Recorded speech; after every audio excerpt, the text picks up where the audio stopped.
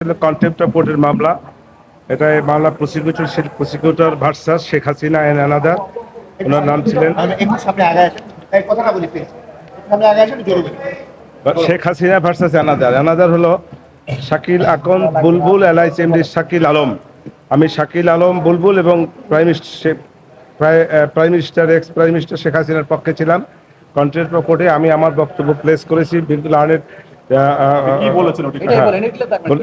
হ্যাঁ, বলেছি যে যে সমস্ত ডকুমেন্টস লার্নেড কোর্টের কাছে প্রসিকিউটর পক্ষ মানে প্রথম ফার্স্ট পার্টি যে সমস্ত দাখিল করেছে সেই সব ডকুমেন্টসগুলি শুধুমাত্র একটি লিখিত কাগজ। যে লিখিত কাগজে যারা যে সমস্ত এক্সপার্টরা স্বাক্ষর করেছেন সেই স্বাক্ষরটাকে যতক্ষণ পর্যন্ত বিজ্ঞ আদালতে এসে এক্সিবিট করা না হয় বা কোর্টকে যতক্ষণ পর্যন্ত বিশ্বস্ত না করা যায় যে এই ডকুমেন্টসগুলি তারাই দিয়েছে ততক্ষণ পর্যন্ত এটাকে আমি দ্বিমত পোষণ করছি। লার্নেড কোর্ট তার বিপরীতে বলেছে যে এটা ক্রিমিনাল প্রসিডিওর বিষয়, এখানে এইটা প্রযোজ্য হবে না, এটা বলেছে।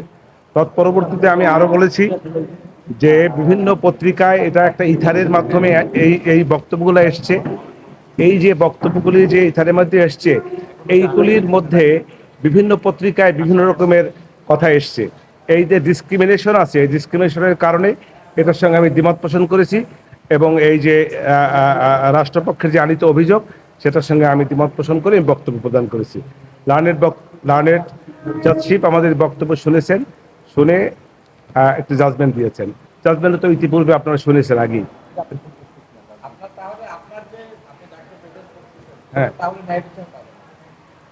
আমার দৃষ্টিতে পায় না।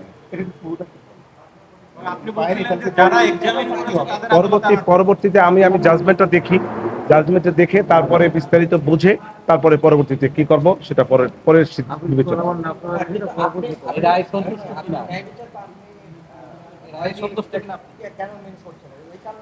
হ্যাঁ, ওই কারণে যা বলেছি আগে।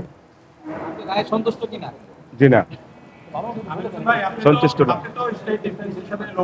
জি, যাদের হয়ে লড়ছেন তাদের বা তাদের দলের কারোর সাথে কি আপনার কোনো রকম যোগাযোগ এখন পর্যন্ত হয়েছে বা কথা বলার চেষ্টা করেছেন? অবশ্যই না, আমি এটা করব কেন?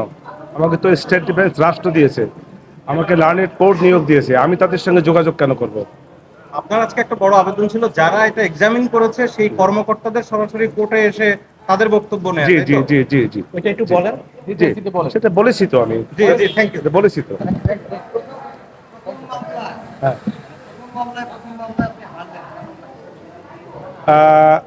মামলায় হারা এবং জেতা দুটোই থাকবে, এর মধ্যে খারাপ লাগা বা ভালো লাগা দুটোর একটাও থাকবে না।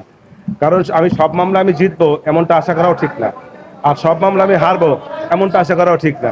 অতএব আমার এখানে ভালো লাগা বা মন্দ লাগার কিছু নাই, এটা একটা প্রসিজিওর। অতএব এখানে হারাতে থাকবেই, এটাকে মানে মাইন্ড করার কোনো কিছু নাই। Thank you. মাছ